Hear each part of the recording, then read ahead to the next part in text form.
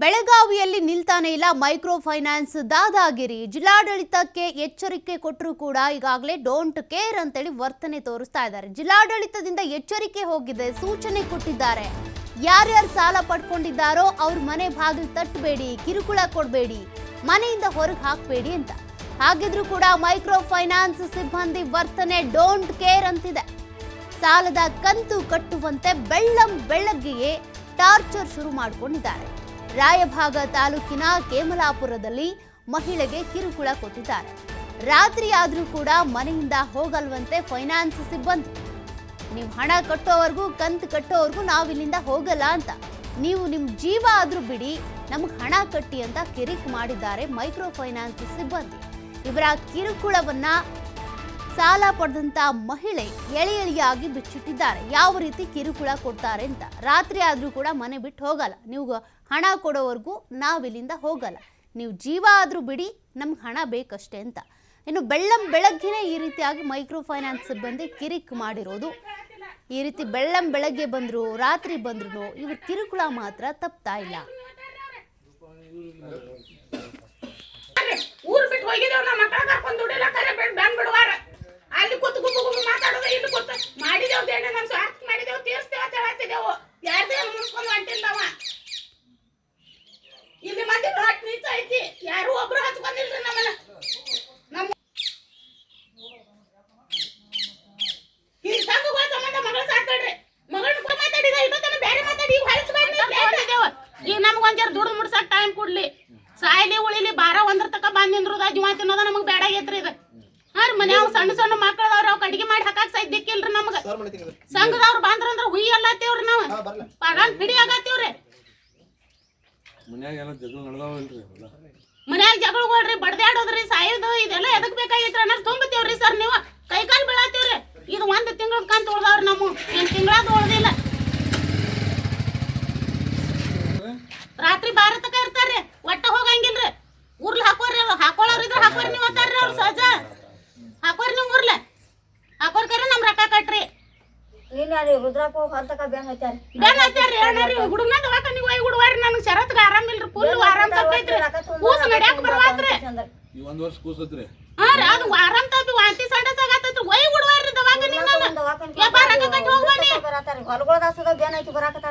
Sir ಹಂಗ ಮಾಡ್ಬೇಡ್ರಿ, ನಮ್ಮ ಮ್ಯಾಗಿನ ಕಂತದ ಒಂದ್ ಜರ ಟೈಮ್ ಕೊಡ್ರಿ, ಕಟ್ತೀವ ಅಣ್ಣ. ಯಾಕ ಅದನ್ನ ತಿಂದಿಲ್ಲ ಅಂತ ಒಂದ್ ಹೊಟ್ಟಿಗೆ ಇಟ್ಟೆಲ್ಲ ಮಾತಾಡ್ಲತ್ತಾರ್ರಿ. ಒಟ್ಟು ಪ್ರತಿ ಸಲ ಯಾವಾಗ ಬರ್ತಾರ ನೋಡ್ರಿ, ಇದ ಐತ್ರಿ ಅವ್ರು. ಒಟ್ಟ ಇದನ್ ಬಿಟ್ರೆ ಬ್ಯಾರೆ ಇಲ್ಲ ರೀ. ಕಟ್ಟಿ ಹೋಗ್ಬರ್ರಿ. ಮತ್ ನಾವ್ ನಂಬದಲ್ದ ಮಂದಿದ್ ಬಿತ್ತು ಒಂದಿದವ್ರು ಸುಳ್ಳು ಹೇಳಂಗಿಲ್ರಿ ನಾವು. ಹಾ ರೀ, ನಮ್ಮ ಮಗ ತೆಂಗಿನ ಗಿಡದನ್ ಬಿದ್ದು ನಿಮ್ಗಂತೂ ಗೊತ್ತಾಯ್ತ್ರಿ. 5 ಲಕ್ಷ ರೂಪಾಯಿ ದೇಣಿ ಆಗೈತಿ, ಯಾರು ಬೇಡ್ರ ಕೊಟ್ಟಿಲ್ಲ ನನಗ. ನಾ ಸಂಘ ತಗಿಸಿ ನನ್ನ ಮಗ ಸಾತ್ ಬಿ ಉಳಿಲಿಲ್ಲ ಆ ಸಂಘದ ರಾಕ್ಲೆ. ಹಾ ರೀ, ನಿಮ್ಗೆ ಗೊತ್ತಾಯ್ತ್ರಿ. ನಮ್ಗೆ ಉಳ್ದಿಲ್ರಿ. ನಾ ತುಂಬ್ಕೋತ ಹೋಗ್ತೀವಿ, ಹಿಡಿದು ತುಂಬ್ಕೋತ ಬಂದೇನು, ಇನ್ನೂ ಆದ್ರೂ ತುಂಬ್ಕೋತ ಹೋಗ್ತೀವಿ ಅಂತ ಹೇಳತ್ತಿದೇವ್ರಿ ನಾವು. ಇಲ್ಲ, ಈ ಕಟ್ಟ ಬರ್ರಿ, ನೀವ್ ಬೇಕಾಗೆಲ್ಲ ತಗೊಂಡ್ ಬಳಸ್ಕೊಂಡ್ ತಿಂದಿರಿ, ನಾವೇನ್ ಮಾಡೋನು.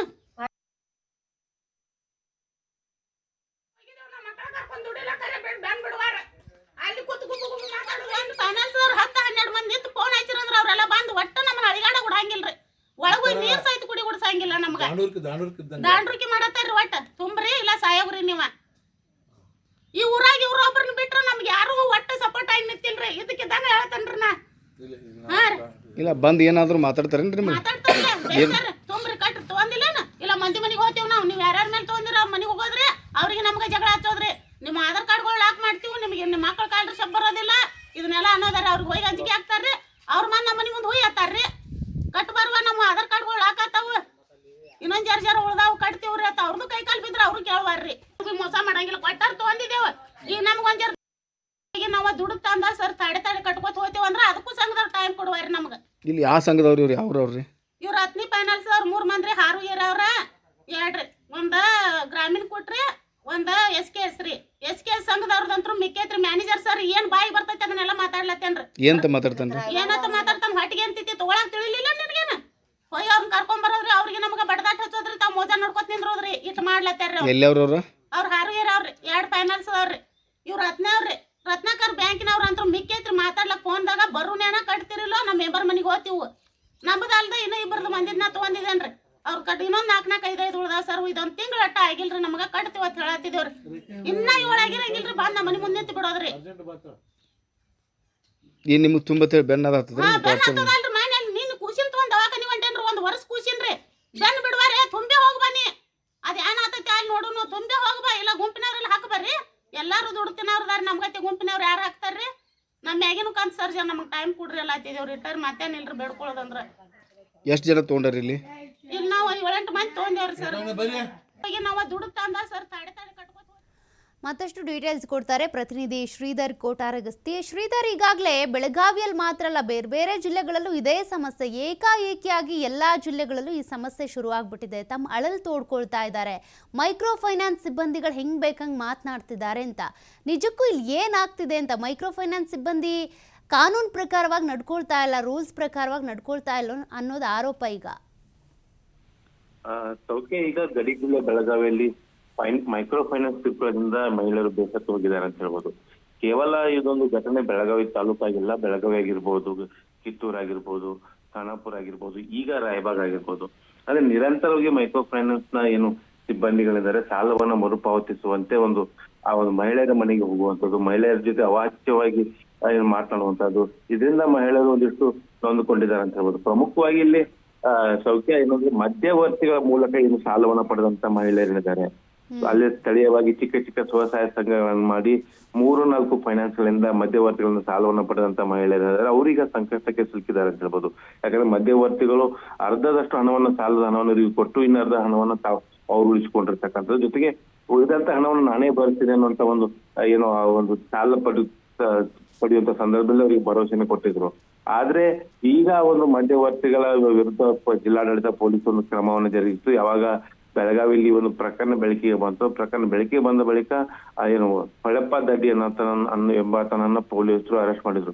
ಇದಾದ ಬಳಿಕ ಈಗ ಬೆಳಗಾವಿ ಜಿಲ್ಲೆಯಲ್ಲಿ ಎಲ್ಲ ಕಡೆ ಈಗ ಫೈನಾನ್ಸ್ ಕಿರುಕುಳ ಹೆಚ್ಚಾಗ್ತಾ ಇದೆ. ಈಗ ಪ್ರಮುಖವಾಗಿ ಈ ರೀತಿ ಮನೆಗೆ ಬಂದು ಕುಳಿತುಕೊಳ್ಳುವಂತ ಫೈನಾನ್ಸ್ ಸಿಬ್ಬಂದಿಗಳಿದ್ದಾರೆ, ಆ ಒಂದು ಮಹಿಳೆಯರ ಜೊತೆಗೆ ಒಂದು ಅವಾಚ್ಯ ಶಬ್ದಗಳಿಂದ ಮಾತನಾಡುವಂತದ್ದಾಗಿರ್ಬೋದು, ಅವರಿಗೆ ಏನಾದ್ರೂ ಮಾಡಿ ಹಣವನ್ನು ಕೊಡ್ಲೇಬೇಕು ಅನ್ನುವಂತ ಅವರಿಗೆ ಒತ್ತಡ ಹಾಕುವುದರಿಂದ ಈಗ ಮಹಿಳೆಯರು ಕಂಗಾಲಾಗಿರ್ತಕ್ಕಂಥದ್ದು. ಸಾಕಷ್ಟು ಈಗ ದಿನವೂ ಒಂದೊಂದು ಮಹಿಳಾ ಸಂಘಟನೆಗಳು ಅಂದ್ರೆ ಮಹಿಳೆಯರು ನೊಂದಂತ ಮಹಿಳೆಯರು ಜಿಲ್ಲಾಧಿಕಾರಿ ಕಚೇರಿಗೆ ಬಂದು ಕಣ್ಣೀರ್ ಹಾಕುವಂತ ಪರಿಸ್ಥಿತಿಗಳು ಎದುರಾಗ್ತಾ ಇದೆ.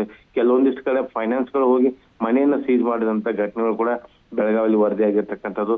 ಹಾಗಾಗಿ ಇದಕ್ಕೆ ಒಂದು ಶಾಶ್ವತವಾದಂತ ಪರಿಹಾರವನ್ನ ಕಂಡುಕೊಳ್ಬೇಕಾಗುತ್ತೆ. ಈಗಾಗಲೇ ಸಿಎಂ ನೇತೃತ್ವದ ಸಭೆ ಕೂಡ ನಡೆಯಲಿದೆ. ಅದಾದ ಬಳಿಕ ಬೆಳಗಾವಿಯಲ್ಲಿ ಜಿಲ್ಲಾ ಮಟ್ಟದ ಎಲ್ಲಾ ಬ್ಯಾಂಕ್ಗಳಾಗಿರ್ಬೋದು, ಫೈನಾನ್ಸ್ ಗಳಾಗಿರ್ಬೋದು, ಎಲ್ಲರ ಒಂದು ಸಭೆ ಕರೆಯೋದಕ್ಕೂ ಕೂಡ ನಿನ್ನೆ KDP ಸಭೆಯಲ್ಲಿ ನಿರ್ಧಾರ ಕೂಡ ಆಗಿರ್ತಕ್ಕಂಥದ್ದು. ಯಾಕಂದ್ರೆ ಬೆಳಗಾವಿಯಲ್ಲಿ 2,000ಕ್ಕಿಂತ ಅಧಿಕ ಫೈನಾನ್ಸ್ ಕಂಪನಿಗಳಿದಾವೆ. ಹಾಗಾಗಿ ಇಲ್ಲಿ ಬೆಳಗಾವಿ ಜಿಲ್ಲೆಯಲ್ಲಿ ಅತಿ ಹೆಚ್ಚು ಒಂದು ಫೈನಾನ್ಸ್ ಕಿರುಕುಳಕ್ಕೆ ಈಗ ಮಹಿಳೆಯರು ಒಳಗಾಗ್ತಾ ಇದ್ದಾರೆ. ಇಲ್ಲಿ ಏನಂದ್ರೆ ಜಿಲ್ಲಾಡಳಿತ ಪೊಲೀಸ್ ಇಲಾಖೆ ಏನಂದ್ರೆ ಈ ಒಂದು ಫೈನಾನ್ಸ್ ವಿಚಾರವಾಗಿ ಇವರು ಸಾಲವನ್ನು ಪಡೆದಿರ್ತಾರೆ. ಸಾಲ ಪಡೆಯುವಂತ ಸಂದರ್ಭದಲ್ಲಿ ಇವರು ಕೆಲವೊಂದಿಷ್ಟು ದಾಖಲೆಗಳಿಗೆ ಸಹಿಯನ್ನ ಹಾಕಿರ್ತಾರೆ. ಹಾಗಾಗಿ ಒಂದ್ ವೇಳೆ ಸಾಲ ಭರಿಸಿದ್ದಾರೆ ಅವರು ಮುಂದಿನ ಕ್ರಮಗಳನ್ನು ತೆಗೆದುಕೊಳ್ಳೋದಕ್ಕೆ ಮುಂದಾಗ್ತಾರೆ. ಇದಕ್ಕೆ ನಾವು ನೇರವಾಗಿ ಜಿಲ್ಲಾಡಳಿತ ಪೊಲೀಸ್ ಇಲಾಖೆ ಮಧ್ಯಪ್ರವೇಶ ಮಾಡೋಕ್ಕಾಗಲ್ಲ. ಹಾಗಾಗಿ ಇದಕ್ಕೆ ಲೀಡ್ ಬ್ಯಾಂಕ್ ಮತ್ತು ಸಹಕಾರ ಸಂಘದ ಅಧಿಕಾರಿಗಳಿಂದ ಅವರು ಮಧ್ಯಪ್ರವೇಶ ಮಾಡಿ ಇದಕ್ಕೊಂದು ತಕ್ಷಣಕ್ಕೆ ಒಂದು ಪರಿಹಾರವನ್ನು ಒದಗಿಸುವುದಾಗಿರ್ಬೋದು, ಜೊತೆಗೆ ಇಂಥ ಸಮಸ್ಯೆಗಳನ್ನು ಅನುಭವಿಸ್ತಿರ್ತಕ್ಕಂಥ ಮಹಿಳೆಯರಿಗೆ ಒಂದಿಷ್ಟು ಕಾಲಾವಕಾಶ ಕೊಡುವಂತದ್ದಾಗಿರ್ಬೋದು, ಜೊತೆಗೆ ಎಲ್ಲೆಲ್ಲಿ ದಲ್ಲಾಳಿಗಳು ಮಧ್ಯಪ್ರವೇಶ ಮಾಡಿ ಇವರನ್ನು ಮೋಸ ಮಾಡಿದಾರೋ ಅಂತ ಪ್ರಕರಣಗಳಲ್ಲಿ ದೂರನ್ನ ದಾಖಲಿಸಿಕೊಂಡು ಆ ದಲ್ಲಾಳಿಗಳಿಂದನೇ ಹಣವನ್ನು ವಾಪಸ್ ಫೈನಾನ್ಸ್ಗೆ ಕಟ್ಟಿಸುವಂತ ನಿಟ್ಟಿನಲ್ಲಿ ಒಂದಿಷ್ಟು ಕ್ರಮಗಳಾಗಬೇಕಾದಂತ ನಿಟ್ಟಿನಲ್ಲಿ ಚರ್ಚೆ ಕೂಡ ಆಗಿರ್ತಕ್ಕಂಥದ್ದು. ಸೌಖ್ಯ ಶ್ರೀಧರ್, ಈಗ ಇಂಥ ಕೇಸ್ಗಳು ಅಲ್ಲೊಂದು ಇಲ್ಲೊಂದು ಹಿಂದೆ ಕೇಳಿ ಬರ್ತಾ ಇತ್ತು, ಬಟ್ ಈಗ ಏಕಾಏಕಿಯಾಗಿ ಒಂದು ಜಿಲ್ಲೆಯಲ್ಲೇ 4-5 ಕೇಸ್ಗಳು ಕೇಳಿ ಬರ್ತಾ ಇದೆ. ಇದಕ್ಕೆ ಕಾರಣ ಏನು ಅಂತ, ಏಕಾಏಕಿಯಾಗಿ ಇಷ್ಟೊಂದು ಪ್ರಕರಣಗಳು ಬೆಳಕಿಗೆ ಬರ್ತಾ ಇರೋದಕ್ಕೆ, ಟಾರ್ಚರ್ ಕೊಡ್ತಾ ಇರೋದು ಯಾಕೆ ಇಷ್ಟೊಂದು ಒತ್ತಡ ಅಂತ? ಸೌಖ್ಯ, ಇದು ಈಗ ಏನಂದ್ರೆ ಮಾರ್ಚ್ ಅಂತ್ಯದ ಒಳಗಡೆ ಎಲ್ಲಾ ಫೈನಾನ್ಸ್ ಗಳು ಏನಾಗ್ತವೆ ತಮ್ಮ ರಿಕವರಿಯನ್ನ ಹೆಚ್ಚಿನ ಪ್ರಮಾಣದಲ್ಲಿ ಎಲ್ಲೆಲ್ಲಿ ಸಾಲ ಕೊಟ್ಟಿರ್ತಾರೋ ಹೆಚ್ಚಿನ ಪ್ರಮಾಣದ ರಿಕವರಿಯನ್ನು ಪಡಿಬೇಕಾದಂತ ಒಂದು ಒತ್ತಡವನ್ನ ತನ್ನ ಸಿಬ್ಬಂದಿಗಳನ್ನ ಹಾಕ್ತಾರೆ. ಹಾಗೆ ಆ ಸಿಬ್ಬಂದಿಗಳು ನೇರವಾಗಿ ಬಂದು ಎಲ್ಲೆಲ್ಲಿ ಸಾಲ ಬಾಕಿ ಉಳಿಸ್ಕೊಂಡಿದಾರೋ ಅಂತವ್ರಿಗೆ ಹೋಗಿ ಈಗ ಕಾಟ ಕೊಡ್ತಾ ಇರ್ತಕ್ಕಂಥದ್ದು, ಅಂತವ್ರಿಗೆ ಹೋಗಿ ಗತಾಯವಾಗಿ ಹಣವನ್ನು ಕಟ್ಟುವಂತೆ ಅವರಿಗೆ ಪೀಡಿಸ್ತಾ ಇರ್ತಕ್ಕಂಥದ್ದು.